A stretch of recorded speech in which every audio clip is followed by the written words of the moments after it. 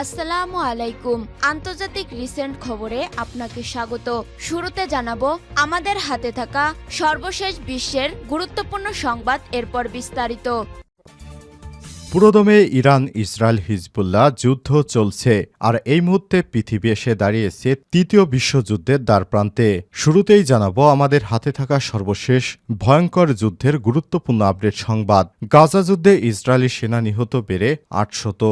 সম্প্রতি গাজায় হামাসের সঙ্গে সংঘর্ষে ইসরায়েলের একজন কর্মকর্তা নিহত হয়েছে। এর ফলে গত বছরের 7 অক্টোবর থেকে গাজা যুদ্ধে এ পর্যন্ত ইসরায়েলি সেনাবাহিনী নিহতের সংখ্যা বেড়ে 800 জনে পৌঁছেছে বলে জানিয়েছে দেশটির সংবাদ মাধ্যম। এরপর জানিয়ে দিব হিজবুল্লাহর সঙ্গে সংঘর্ষে 11,060 জন ইসরায়েলি সেনা হতাহত। লেবাননের সশস্ত্র গোষ্ঠী হিজবুল্লাহ জানিয়েছে দক্ষিণ লেবাননে গত 1 অক্টোবর থেকে শুরু হওয়া সংঘর্ষে পর্যন্ত 1160 জন ইসরায়েলি সেনা হতাহত হয়েছে।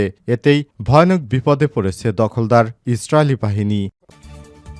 এবারে জানাবো ফিলিস্তিনি 6 বন্দীকে ছেড়ে দিল ইসরায়েল। ফিলিস্তিনি 6 জন বন্দীকে ছেড়ে দিয়েছে দখলদার ইসরায়েলি বাহিনী। আজ তাদের আবু সালেম ক্রসিং এলাকায় মুক্ত করা হয়, খবর আল জাজিরা।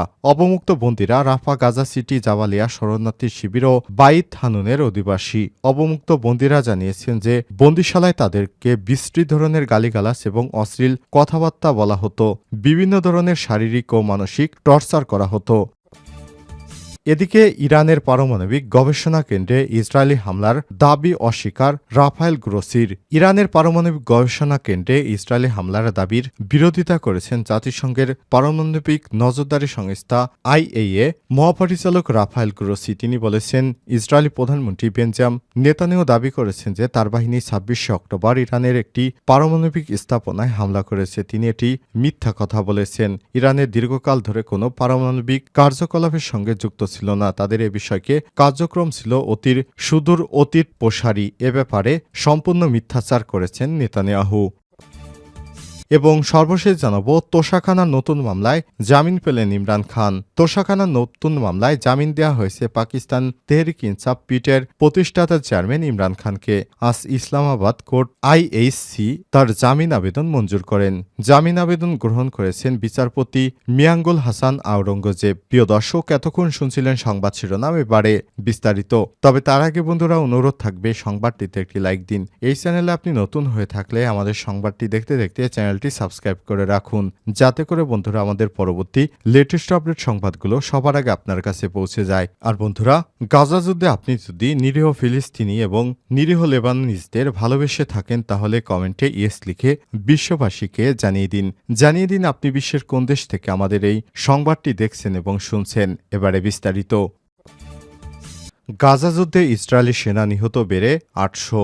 সম্প্রতি গাজায় হামাসের সঙ্গে সংঘর্ষে ইসরায়েলিদের একজন কর্মকর্তা নিহত হয়েছেন। এর ফলে গত বছরের 7 অক্টোবর থেকে গাজা যুদ্ধে এ পর্যন্ত ইসরায়েলি সেনাবাহিনী নিহতের সংখ্যা বেড়ে 800 জনে পৌঁছেছে বলে জানিয়েছে দেশটির সংবাদ মাধ্যম। আল জাজিরার এক প্রতিবেদনে জানানো হয়েছে, গাজার উত্তরে জাবালিয়া নিহত ওই ইসরায়েলি সেনা কর্মকর্তা কফির ব্রিগেডের সদস্য ছিলেন বলে নিশ্চিত করেছে Israeli defence force IDF। Israeli সেনাবাহিনী আরও জানিয়েছে, হামাসের সঙ্গে সংঘর্ষে আরেক ইসরায়েলি কর্মকর্তা আহত হয়েছেন। তিনি রেজিমেন্ট 90-এর কমান্ডার ও একজন কর্নেল ছিলেন।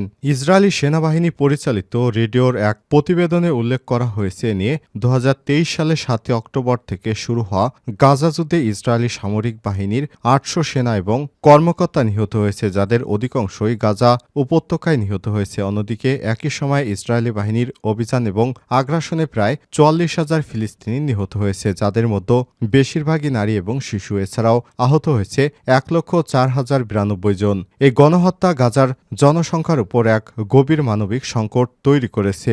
গাজায় দীর্ঘ 1 বছরের বেশি সময় ধরে এমন হত্যাযজ্ঞ চালানোর পরেও ইসরায়েল এখনও তার 2টি লক্ষ্য অর্জন করতে পারেনি। তা হল ফিলিস্তিন স্বাধীনতাকামী সংগঠন হামাসকে ধ্বংস করতে পারেনি এবং ইসরায়েলি বন্দীদের মুক্তি করতে পারেনি।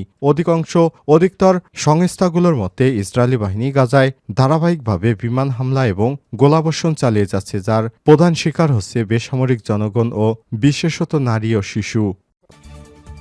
হিজবুল্লাহর সঙ্গে সংঘর্ষে 11,060 জন ইসরায়েলি সেনা হতাহত। লেবাননের সশস্ত্র গোষ্ঠী হিজবুল্লাহ জানিয়েছে, দক্ষিণ লেবাননে গত 1 অক্টোবর থেকে শুরু হওয়া সংঘর্ষে এ পর্যন্ত 1,160 জন ইসরায়েলি সেনা হতাহত হয়েছে। বুধবার প্রকাশিত এক বিবৃতিতে হিজবুল্লাহ জানিয়েছে, চলমান লড়াইয়ে ইসরায়েলি সেনাবাহিনী বড় ধরনের ক্ষয়ক্ষতির মুখে পড়েছে। হিজবুল্লাহর অপারেশনের রুমের তথ্য অনুযায়ী গত 1 অক্টোবর থেকে এ পর্যন্ত তাদের যোদ্ধাদের সঙ্গে সংঘর্ষে 110 জন ইসরায়েলি সেনা নিহত এবং 1050 জন আহত হয়েছে। একই সময়ে দখলদার বাহিনীর 48টি মেরকাবা ট্যাঙ্ক, 9টি সামরিক বুলডোজার, 2টি হ্যামার গাড়ি, 2টি সাজোয়া যান এবং 2টি সৈন্যবাহী যান ধ্বংস করেছে হিজবুল্লাহ। এছাড়াও 6টি হারমেস 450 ড্রোন, 2টি হারমেস 900 ড্রোন এবং একটি কোয়াডকপ্টার গ্লাইডার ধ্বংস করা হয়েছে বলে বিবৃতিতে জানানো হয়েছে। এদিকে লেবাননে ইসরায়েলি হামলা এ পর্যন্ত অন্তত 3,544 জন লেবানিজ নিহত এবং 15,036 জন আহত হয়েছে। দক্ষিণ লেবানন অঞ্চলে ইসরায়েলি বাহিনী এবং হিজবুল্লাহর মধ্যে চলমান সংঘর্ষে ব্যাপক প্রাণহানি এবং ক্ষয়ক্ষতি হয়েছে। বেসামরিক জনগণ এবং এই হামলার প্রধান শিকার হয়েছে। সেখানে বসতবাড়ি, হাসপাতাল এবং মৌলিক পরিষেবাগুলো ক্ষতিগ্রস্ত হচ্ছে। এই সংঘাতের ফলে লেবাননে জনজীবন বিপর্যস্ত হয়েছে, বহু মানুষ গৃহহীন হয়ে পড়েছে এবং মানবিক সহায়তার জন্য জরুরি আন্তর্জাতিক হস্তক্ষেপের প্রয়োজন দেখা দিয়েছে। আন্তর্জাতিক সম্প্রদায় এ সহিংসতা বন্ধ করতে তৎপর হওয়ার আহ্বান জানিয়েছে। তবে ইসরায়েলি আগ্রাসন বন্ধের কোনো কার্যকর পদক্ষেপ এখনও নেওয়া হয়নি বলে অভিযোগ করেছে লেবাননের মানবাধিকার সংস্থাগুলো সূত্র মেহের নিউজ এজেন্সির। ফিলিস্তিনে 6 বন্দীকে ছেড়ে দিল ইসরায়েল। ফিলিস্তিনে 6 বন্দীকে ছেড়ে দিয়েছে ইসরায়েল। বৃহস্পতিবার তাদেরকে আবু সালেম ক্রসিং এলাকায় মুক্ত করা হয়, খবর আল জাজিরার। অবমুক্ত বন্দীরা রাফা, গাজা সিটি, জাবালিয়া শরণার্থী শিবির এবং বাইত হানুনের অধিবাসী। অবমুক্ত বন্দীরা জানিয়েছে যে বন্দিশালায় তাদের বিস্তৃত ধরনের গালিগালাজ এবং অশ্লীল কথাবার্তা বলা হতো, বিভিন্ন ধরনের শারীরিক ও মানসিক টর্চার করা হতো। এদিকে গাজার কামাল আদনান হাসপাতালে 85 জন রোগী অবস্থা শঙ্কার মধ্যে রয়েছে বলে জানিয়েছে পরিচালক ডক্টর হুসাম আবু সাফিয়া। বুধবার 20 নভেম্বর কাতার ভিত্তিক সংবাদ মাধ্যম আল জাজিরার এক প্রতিবেদনে সব তথ্য জানানো হয়েছে। প্রতিবেদনে বলা হয়েছে, ইসরায়েল বাইত লাহিয়ার কামাল আদনান হাসপাতালে হামলা চালিয়ে এতে স্বাস্থ্য কেন্দ্রটির 85 জন রোগীর জীবন শঙ্কার মধ্যে পড়েছে। সূত্রটি আরও জানিয়েছে, ইসরায়েল হামলা চালিয়ে হাসপাতালটির সুবিধা নষ্ট করে দিয়েছে। একই সঙ্গে যেদিকে রোগীর অবস্থান সেটাও ব্যবহার উপযোগী রাখেনি।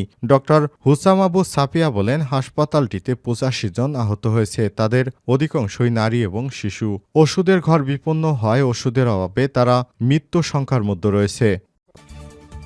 ইরানের পারমাণবিক গবেষণা কেন্দ্রে ইসরায়েলি হামলার দাবি অস্বীকার রাফায়েল গ্রোসির। ইরানের পারমাণবিক গবেষণা কেন্দ্রে ইসরায়েলি হামলার দাবির বিরোধিতা করেছে জাতিসংঘের পারমাণবিক নজরদারি সংস্থা আইএএ এর মহাপরিচালক রাফায়েল গ্রোসি। তিনি বলেছেন, ইসরায়েলি প্রধানমন্ত্রী বেঞ্জামিন নেতানিয়াহু দাবি করেছেন যে তার বাহিনী 26 অক্টোবর ইরানের একটি পারমাণবিক স্থাপনায় হামলা করেছে। তিনি এটি সম্পূর্ণ মিথ্যা বলেছেন। ইরানের দীর্ঘকাল ধরে কোনো পারমাণবিক কার্যকলাপ ছিল না, তাদের এ বিষয়ে কার্যক্রম সুদূর অতীতে ছিল। এদিকে গত অক্টোবরে ইরানের রাজধানী তেহরানের অদূরে পারসিনে অবস্থিত তালেঘান 2 নামের একটি গোপন পরমাণু স্থাপনায় হামলা চালিয়ে ইসরায়েল পরমাণু কেন্দ্রটি ধ্বংস করে দিয়েছে বলে মাত্র 3 দিন আগে এক প্রতিবেদনে দাবি করেছে যুক্তরাষ্ট্রের সংবাদ মাধ্যম অ্যাক্সিওস। ওই প্রতিবেদনে প্রকাশের পর শেষ পর্যন্ত এই ব্যাপারে মুখ খোলেন ইসরায়েলি প্রধানমন্ত্রী বেঞ্জামিন নেতানিয়াহু সরকার। তার আগ পর্যন্ত অবশ্য এই হামলায় ইরানের পরমাণু স্থাপনায় হামলার ব্যাপারে এতদিন নিশ্চুপ ছিল ইসরায়েলি কর্তৃপক্ষ। গত সোমবার ইসরায়েলি পার্লামেন্টের দেয়া বক্তৃতায় ইরানের পরমাণু ব্যবস্থাপনায় হামলার বিষয়টি স্বীকার করেছে বেঞ্জামিন নেতানিয়াহু। তিনি বলেন, ইরানের পরমাণু স্থাপনা ছিল এই হামলার টার্গেট। এই ব্যাপারে জেরুজালেম পোস্টে তাদের প্রতিবেদনে উল্লেখ রয়েছে। নেতানিয়াহু ইসরায়েলি পার্লামেন্টে বলেছে এটা কোনো গোপন বিষয় নয়। ইরানের পরমাণু কর্মসূচির কিছু নির্দিষ্ট অংশ টার্গেট করে হামলা চালানো হয়েছে, তবে তিনি এই পরমাণু স্থাপনায় হামলার ব্যাপারে আর বিস্তারিত জানাননি বলে জানিয়েছে পত্রিকাটি।